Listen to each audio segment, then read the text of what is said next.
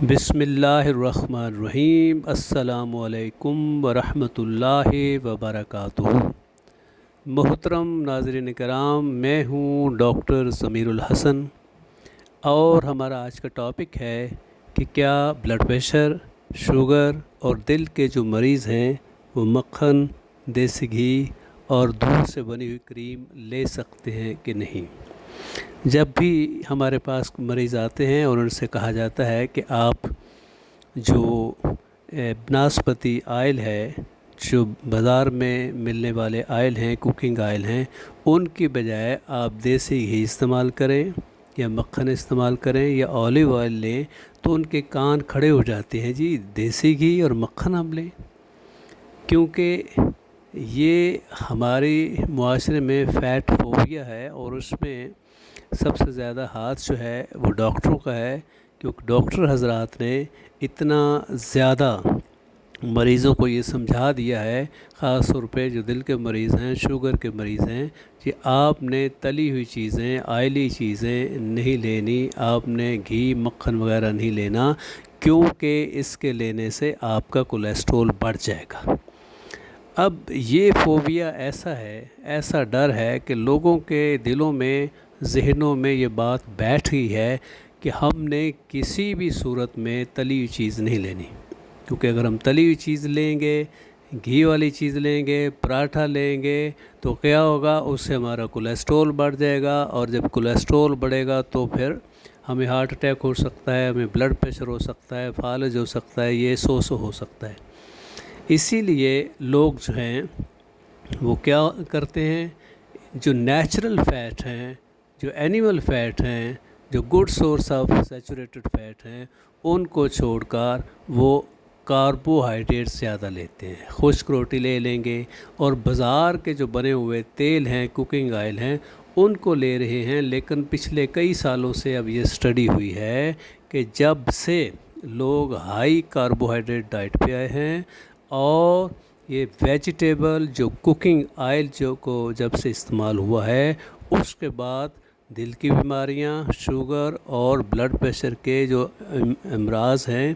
جو مریض ہیں، ان کی تعداد دن بدن بڑھتی جا رہی ہے۔ ہمارے اسپتال جو ہیں وہ بھرے ہوئے ہیں، کوئی گھر ایسا نہیں ہے جس میں شوگر یا بلڈ پریشر یا دل کا مریض نہ ہو۔ اس کی وجہ کیا ہے کہ ہم جو نیچرل سورس تھا فیٹ کا، جو اینیمل سورس تھا، اس کو چھوڑ کے بازاری ان ہیلدی کوکنگ آئل پہ آ گئے ہیں، کیونکہ جو بازار کا کوکنگ آئل ہے، جتنے بھی ویجیٹیبل آئل ہیں، ان میں اومیگا 6 ہوتا ہے۔ اومیگا 6 جو ہے وہ بیسیکلی جو ہائی کولیسٹرول ہے، اس وجہ سے جو ہارٹ اٹیک نہیں ہوتا، بلکہ اومیگا 6 جو ہے وہ انفلامیٹری ہے، وہ سوزش کرتا ہے، جس کی وجہ سے خون کی نالیوں میں سوزش ہوتی ہے، انفلامیشن ہوتی ہے، زخم ہوتا ہے، اور اس زخم کو ٹھیک کرنے کے لیے جب وہاں پہ کولیسٹرول جاتا ہے تو پھر کیا ہوتا ہے، وہاں پہ ایتھروسکلیروسس جو پلیک ہے وہ بن جاتا ہے، اور وہ جو خون کی نالیاں ہیں، شریانیں ہیں، ان کی بلاکیج کا سبب بن جاتا ہے۔ یہی فوبیا، جو فیٹ فوبیا ہے، اسی وجہ سے لوگ اتنے ڈرے ہوئے ہیں کہ اکثر مریض ہمارے پاس جو ہیں وہ لپڈ پروفائل کروا کے آ جاتے ہیں۔ وہ تھوڑا سا کولیسٹرول بڑھا ہوا ہو تو فوراً وہ ڈر جاتے ہیں، اور ڈاکٹر کے پاس ڈرے پریشان ہو کے آتے ہیں کہ ڈاکٹر صاحب اب ہم کیا کریں، ہمارا تو کولیسٹرول ہائی ہے، چاہے تھوڑا سا بھی ہائی ہو۔ تو ان کے لیے عرض ہے کہ اس کولیسٹرول سے نہ ڈریں۔ کولیسٹرول جو ہے وہ ایک زندگی ہے، کولیسٹرول خطرہ نہیں ہے۔ یہ بات ذہن میں رکھ لیں کہ کولیسٹرول زندگی ہے، کیونکہ ہمارے باڈی کا ہر سیل جو ہے، اس کی جو میمبرین ہے وہ کولیسٹرول سے بنی ہوئی ہے۔ ہمارا جو دماغ ہے، جو نروس سسٹم ہے، وہ 70% جو ہے وہ کولیسٹرول سے بنا ہوا ہے۔ ہمارے جو ہارمون ہیں، وہ جو سیکس ہارمون ہیں، جو وائٹامن ڈی ہے،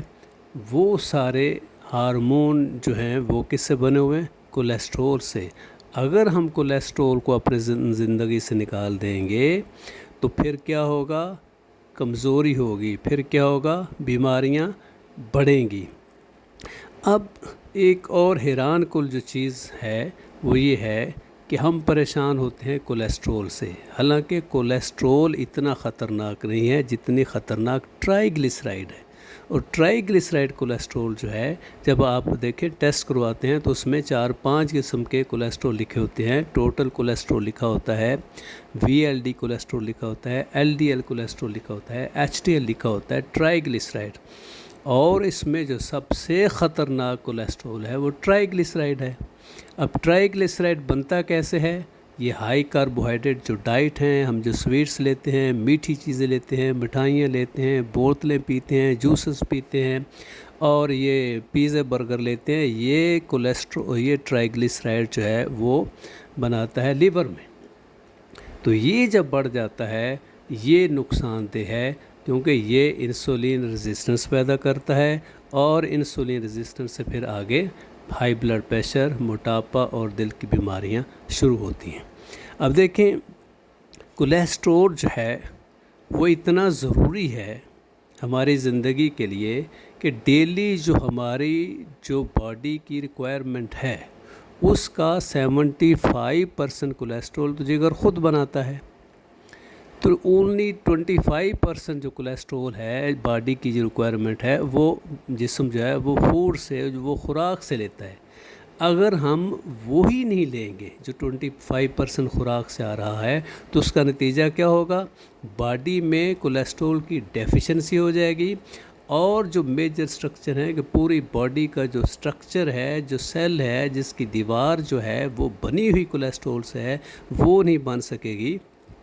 تو جس وجہ سے ویکنس ہوگی اور بیماری ہوگی۔